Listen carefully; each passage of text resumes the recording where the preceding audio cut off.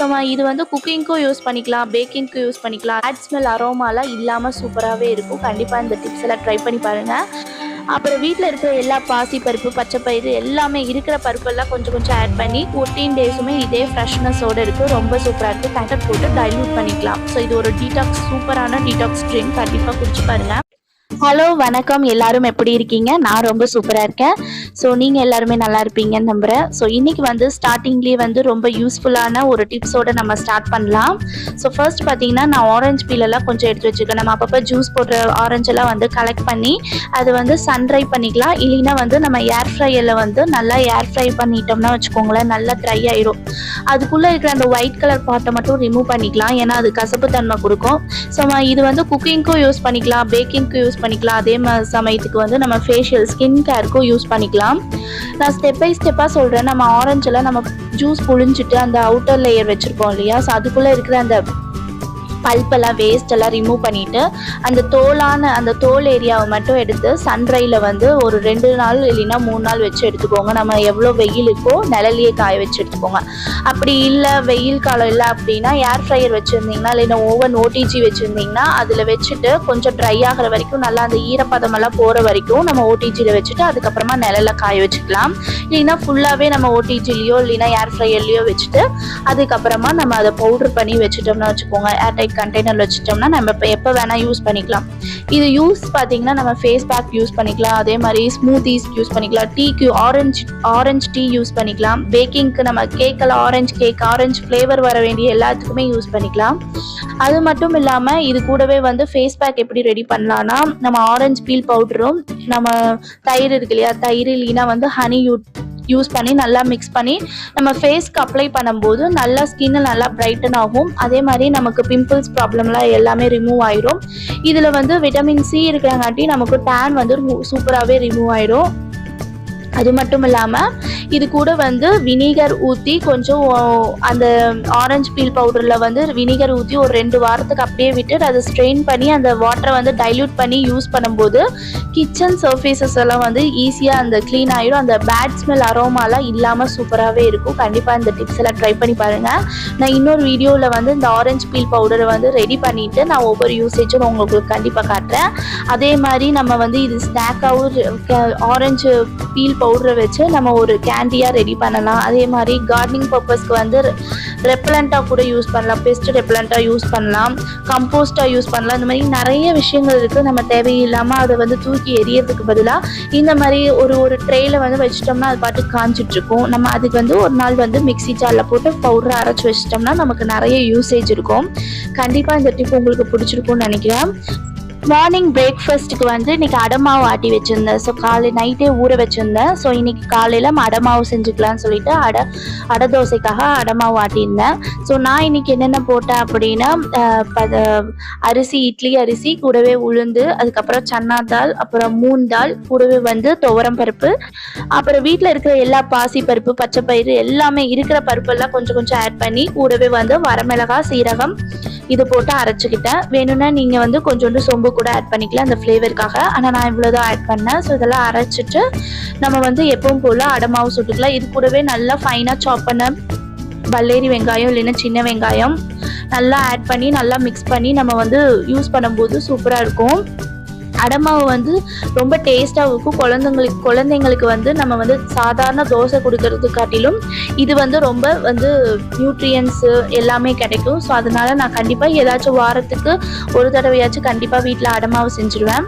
அதே மாதிரி ஏதாச்சும் ராகி அடைனா நம்ம நல்லா ராகி மாவை பிசைஞ்சு அது கூடயே சின்ன வெங்காயம், பச்சை மிளகாய், கருவேப்பிலை, கொத்தமல்லி இதெல்லாம் நல்லா பிசைஞ்சு நல்லா அடை தட்டி நம்ம அதுவுமே சாப்பிட்டா டேஸ்ட்டாக இருக்கும். இதே வந்து பிரேக்ஃபாஸ்ட்டுக்கும் சாப்பிட்லாம், அதே மாதிரி ஸ்நாக்ஸாகவும் சாப்பிட்லாம். ஸோ இன்றைக்கி அடமாவு தான் நான் இன்றைக்கி வந்து லஞ்சுக்குமே மித்துக்கு கொடுக்கறதுக்காக ரெடி பண்ணேன். ஸோ நல்லா மாவெல்லாம் அரைச்சிட்டு இது புளிக்காமல் இருந்துச்சுன்னா ரொம்ப டேஸ்ட் நல்லாயிருக்கும். ஸோ இது புளிக்கணும்னு அவசியம் இல்லை, அப்போவே நம்ம நல்லா கிறிஸ்பியாக கூட சுட்டு சாப்பிட்லாம். மீன் வயலில் வந்து நம்ம போட்டிருக்கிற வந்து ஏர் ஃப்ரையில் போட்டிருந்தோம் இல்லையா அந்த ஆரஞ்சு பீலுக்காக. ஸோ அதுவுமே ரெடி ஆயிடுச்சு. இப்போ கொஞ்ச நேரம் ஒரு 10 மினிட்ஸ் மட்டும் வச்சதுக்கப்புறமா அந்த ஈரப்பதமெல்லாம் போனதுக்கப்புறமா நமக்கு நல்லா வெயில் காலந்தான். ஸோ அதனால வந்து சன்ட்ரையில் வச்சோம்னா ஒரே நாளில் காஞ்சிரும். நான் நெக்ஸ்ட்டு வந்து சாம்பாருக்காக தக்காளி, சின்ன வெங்காயம் இதெல்லாம் கட் பண்ணிவிட்டு அதுவுமே ரெடி பண்ணியாச்சு. ஒரு சைடு வந்து சாம்பார் ரெடி ஆகிட்டுருக்கு, இன்னொரு சைடு வந்து அடமாவுக்காக ஆனியன் வந்து நல்லா ஃபைனாக சாப் பண்ணி அதை ரெடி பண்ணிட்டு இருந்தேன். ஸோ இன்றைக்கி வந்து மதியானத்துக்கு வந்து ரொம்ப சிம்பிளாக வந்து சாம்பாரும் கோஸ் பொரியல் செய்யலான்னு சொல்லிட்டு முட்டைக்கோஸ் பொரியல்.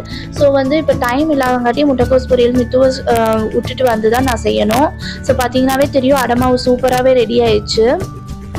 உங்களுக்கு எந்த மாதிரி இன்க்ரீடியன்ஸ் வேணாலும் அடை தோசையில் ஆட் பண்ணிக்கலாம். கொஞ்சோண்டு சீரகம், கொஞ்சம் கொத்தமல்லி தழை, கூடவே வந்து கருவேப்பிலை, இந்த மாதிரி நமக்கு எந்தெந்த மாதிரி ஆட் பண்ணி நமக்கு எந்த ஃப்ளேவரில் பிடிக்குமோ அந்த மாதிரி செஞ்சுக்கலாம். ரொம்ப சூப்பராக இருக்கும். இது பார்த்தா மசால் தோசை ஸ்டைல்லையே இருக்கும். ஸோ இன்னொரு டிப் என்னென்னு பார்த்தீங்கன்னா, நம்ம எப்போவுமே வந்து கொத்தமல்லி தலையை வந்து ஃப்ரிட்ஜில் ஸ்டோர் பண்ணும்போது ஒரு டம்ளர்லேயோ ஒரு பாத்திரத்துலேயோ தண்ணி அதை வச்சுட்டு அதுக்கப்புறமா அந்த இலையை வந்து நம்ம வச்சுட்டோம்னா, அந்த ஸ்டெம்மோட வச்சுட்டோம்னா இந்த மாதிரி ஃப்ரெஷ்ஷாகவே இருக்கும். நான் 15 days வந்து யூஸ் பண்ணிட்டு இருக்கேன். 15 daysமே இதே ஃப்ரெஷ்னஸோடு இருக்குது. ரொம்ப சூப்பராக இருக்குது. கண்டிப்பாக இந்த டிப்பை ஃபாலோ பண்ணி பாருங்கள். ஸோ இப்போ கொத்தமல்லி தலையை ஆட் பண்ணிட்டோம்னா சூப்பராக ஃப்ளேவர்ஃபுல்லாக இருக்கும். ஸோ நல்லா மிக்ஸ் பண்ணிவிட்டு நம்ம அடை தோசை ஊற்றிக்கலாம்.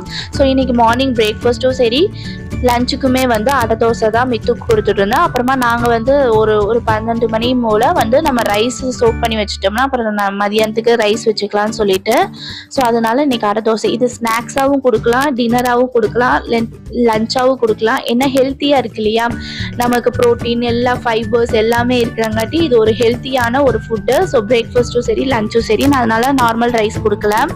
ஸோ நார்மல் சாம்பாரோட இதில் எல்லா ப்ரோட்டீன்ஸ் எல்லா தானியங்களும் சேர்ந்துருக்காங்காட்டி நான் இதையே கொடுத்துட்டேன். நல்லா கிறிஸ்பியாக வரும். நல்லா இன்னும் கொஞ்சம் தண்ணி விட்டு நம்ம நல்லா இது பண்ணோம்னா ரொம்ப கிறிஸ்பியாக இருக்கும். நான் இன்னைக்கு வந்து லஞ்சுக்கு கொடுக்குறங்காட்டி கொஞ்சம் சாஃப்டாகவே இருக்கட்டும்னு சொல்லிட்டு அடை மாதிரியே ஊற்றிக்கிட்டேன். இதில் சின்ன வெங்காயம் இதெல்லாம் போடும்போது டேஸ்ட்டு நல்லாவே என்ஹான்ஸ் பண்ணி கொடுக்கும். இன்றைக்கி வந்து டிஃபன் வந்து இதுதான். நம்ம பசங்களுக்கு எப்போவுமே ஹெல்த்தியாகவும் கொடுக்கணும், அதே மாதிரி அவங்களுக்கு ஏதாச்சும் டேஸ்ட் வேரியேஷன் கொடுத்துட்டே இருக்கணும், இல்லைன்னா சாப்பிட்றதுக்கு ரொம்ப யோசிப்பாங்க. ஸோ நார்மலாகவே வந்து தோசை அப்படின்னா அதை ஹெல்த்தியாக வேரியேஷன் பண்ணி கொடுக்கும்போது நமக்கு ஒரு திருப்தியாக இருக்கும். அவங்களும் சாப்பிடும்போது டிஃப்ரெண்ட்டாக இருக்குதுன்னு சொல்லிட்டு சாப்பிடுவாங்க. நம்ம மோஸ்ட்லி வந்து இந்த மாதிரி தோசையெல்லாம் சுட்டு கொடுக்கும்போது ஒன்று சாப்பிட்டாலுமே அவங்களுக்கு ஃபீலிங்காகவே இருக்கும். நம்ம நார்மலாக மாவு தோசை சுட்டு கொடுக்கும்போது அது 2, 3 சாப்பிட்றதுக்கு பதிலாக இது ஒன்று சாப்பிட்டாவே நல்லா ஃபீலிங்காக இருக்கும், சாப்பிட்டு திருப்தியும் இருக்கும். ஸோ எனக்கு வந்து ஆரஞ்சு ஜூஸ் வந்து சர்க்கரையெல்லாம் போட்டுக்கிட்டேன். அவங்க வந்து குடிச்சு பழக்கம் இல்லை, ஸோ அதனால கொஞ்சமாக லைட்டாக சுகர் ஆட் பண்ணிக்கிட்டேன். ஸோ அவங்க 2 பேத்துக்குமே, சின்னவனுக்கும் சரி பெரியவனுக்கும் 2 பேத்துக்குமே வந்து ஆரஞ்சு ஜூஸ் ரெடி பண்ணியாச்சு. சாப்பிட்டதுக்கு அப்புறமா கொடுத்தோம்னா கொஞ்சம் ஃபீலிங்காக இருக்கும்னு சொல்லிட்டு தோசையெல்லாம் சாப்பிட்டுட்டதுக்கு அப்புறமா நான் கொடுத்தாச்சு. இன்னைக்கு லஞ்சு பேக் பண்ணியாச்சு. ஸ்நாக்ஸுக்கு வந்து பாதாம் தான் வச்சுருந்தேன். ஸோ காலையிலேயே கொஞ்சம் ஹெவியாக கொடுத்தாங்காட்டி ஸ்நாக்ஸ் கொஞ்சம் லைட்டாக இருக்கட்டும்னு சொல்லிட்டு பாதாம் மட்டும் கொடுத்துருந்தேன். இல்லைன்னா இது கூடவே ஏதாச்சும் ஆட் பண்ணுவேன். ஸோ இன்னைக்கு வந்து ஹெவியாக வேண்டாம் அப்படின்னு சொல்லிட்டு, இந்த வெயில் காலத்தில் சாப்பிட்றதுக்கு தண்ணி தாக்க அடிச்சுட்டே இருக்கும். ஸோ அதனால ஸ்கூலில் வந்து கஷ்டமாக இருக்கும்னு சொல்லிட்டு நான் அளவாக கொடுத்தேன். ஸோ இப்போ வந்து சன்ரையில் வச்சாச்சு. இது வந்து ஈவினிங் போல் பார்த்திங்கன்னா நல்லா கிறிஸ்பியாக இருக்கும். ஸோ நெக்ஸ்ட்டு வந்து கோஸ் பொரியலுக்கு வந்து ரெடி பண்ணிடலாம். மித்துவை ஸ்கூலில் விட்டுட்டு வந்தாச்சு. 9 o'clock மேலே ஆயிடுச்சு. ஸோ ஃபஸ்ட்டு வந்து கிச்சன் வேலையை முடிச்சிட்டோம்னா அதுக்கப்புறமா க்ளீன் பண்ணிட்டோம்னா கிச்சன் வேலை ஃபுல்லாக கம்ப்ளீட் ஆகிடும். ரைஸ்க்கு மட்டும் மதியானத்துக்கு சோக் பண்ணி வச்சுட்டோம்னா ஒரு 12:30 போல் வச்சுட்டோம்னா ஈஸியாக இருக்கும்னு சொல்லிட்டு ஃபஸ்ட்டு கிச்சன் வேலையை முடிச்சிடலான்னு சொல்லிட்டு ஃபஸ்ட்டு வந்து பொரியல் செஞ்சுட்டு, அதுக்கப்புறமா இன்றைக்கி முக்கியமாக வந்து நான் ரொம்ப நாள் ஆச்சு, ஒரு 2-3 நாள் ஆச்சு அந்த பிடிச்சே ரொம்ப நாள் ஆச்சு. ஆனால் நான் வாங்கிட்டு வந்து 2-3 நாள் ஆச்சு. இந்த பெருநெல்லிக்காய் இருக்கு இல்லையா, ஸோ அது வாங்கிட்டு வந்து 2-3 நாள் ஆச்சு. அது ஜூஸ் போட்டு வைக்கணும் அப்படின்னு சொல்லிட்டு, ஏன்னா அதோட பெனிஃபிட்ஸ் ரொம்ப நல்லா இருந்துச்சு. ஸோ நான் இடையில வந்து ஒரு 1 வீக்காக வந்து சாப்பிடாம இருந்தேன். ஸோ அதனால ஃபர்ஸ்ட் வந்து அதை ஜூஸ் பண்ணி வச்சிடலாம். அந்த கான்சென்ட்ரேட் ஜூஸாக பண்ணி வச்சிட்டோம்னா வச்சுக்கோங்களேன், நம்ம வந்து கிளாஸில் வந்து தேவையான அளவு அந்த ஜூஸை ஊற்றிட்டு கொஞ்சமாக தண்ணி வந்து டைல்யூட் பண்ணி நம்ம குடித்தோம்னா நம்ம ஹேருக்கும் சரி நம்ம ஹெல்த்துக்குமே ரொம்ப நல்லது. ஸோ நான் எப்படி பண்ணுவேன்னா, பெருநெல்லிக்காய் நமக்கு எவ்வளோ வேணுமோ அந்த அளவுக்கு எடுத்துக்கலாம். கூடவே வந்து இஞ்சி, கருவேப்பிலை வந்து நிறையவே ஆட் பண்ணிக்கலாம். அப்படிங்கும்போது நம்ம ஹேருக்கு வந்து ரொம்ப நல்லதாக இருக்கும். நம்ம என்னதான் ஹேர் மாஸ்க்கு ஃபேஸுக்கு எல்லாத்துக்குமே போட்டாலுமே நம்ம வந்து இந்த மாதிரி இன்டேக்காக எடுக்கும்போது அதோட பெனிஃபிட் சூப்பராகவே இருக்கும். ஸோ அதனால் நான் இப்போ இது மாதிரி ப்ரிப்பேர் பண்ணி வச்சுக்குவேன். ஸோ 1 வீக்காக நான் யூஸ் பண்ணல. ஸோ 2-3 நாள் ஆச்சு. ஸோ வாங்கி வச்சு ஸோ வேஸ்ட்டாக போயிடக்கூடாது அப்படிங்கிறதுக்காக ஃபஸ்ட்டு இந்த வேலையில் கிச்சன் வேலை அந்த கோஸ் பொரியல் ரெடி பண்ணோன்னே அடுத்த வேலையை இதுக்கு ஜம்ப் பண்ணிட்டேன். இதில் அதிகமாக விட்டமின் சி இருக்காங்காட்டி நமக்கு வந்து நம்ம ஸ்கின்னுக்கு வந்து ரொம்ப நல்லது. அதே மாதிரி கொலாஜன் ப்ரொடக்ஷன் நமக்கு ஆன்டி ஏஜிங் காட்டும். அதே மாதிரி பிம்பிள்ஸ், டார்க் ஸ்பாட்ஸ் இது எல்லாமே வந்து கம்மி பண்ணும்.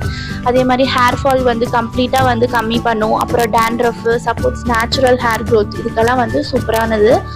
மற்றபடி அது மட்டும் இல்லாமல் நமக்கு டைஜஷனுக்கும் மெட்டபாலிசத்துக்கும் எல்லாத்துக்குமே ரொம்ப சூப்பராக இருக்கும். அசிடிட்டி, கான்ஸ்டிபேஷன், ப்ளோட்டிங் இது எல்லாமே இல்லாமல் சூப்பராக இருக்கும்.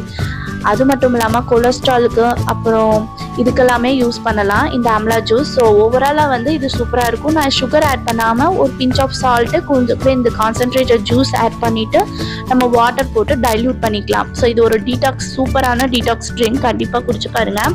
வெறும் வயிற்றில் குடிக்கலைனாலும் அந்த நாளில் ஏதாச்சும் ஒரு டைமில் வந்து குடித்தோம்னா நமக்கு வந்து சூப்பராகவே இருக்கும். அதோட பெனிஃபிட்ஸ் எல்லாமே நமக்கு கிடைக்கும். இந்த வேஸ்டெல்லாம் வந்து நான் செடிக்கு கம்போஸ்ட் போட்டுருவேன். இந்த வீடியோ ரொம்ப யூஸ்ஃபுல்லாகவே இருந்திருக்கும்னு நினைக்கிறேன். நிறைய டிப்ஸும் சொல்லியிருந்தேன். ஸோ நெக்ஸ்ட் வீடியோவில் சந்திக்கலாம்.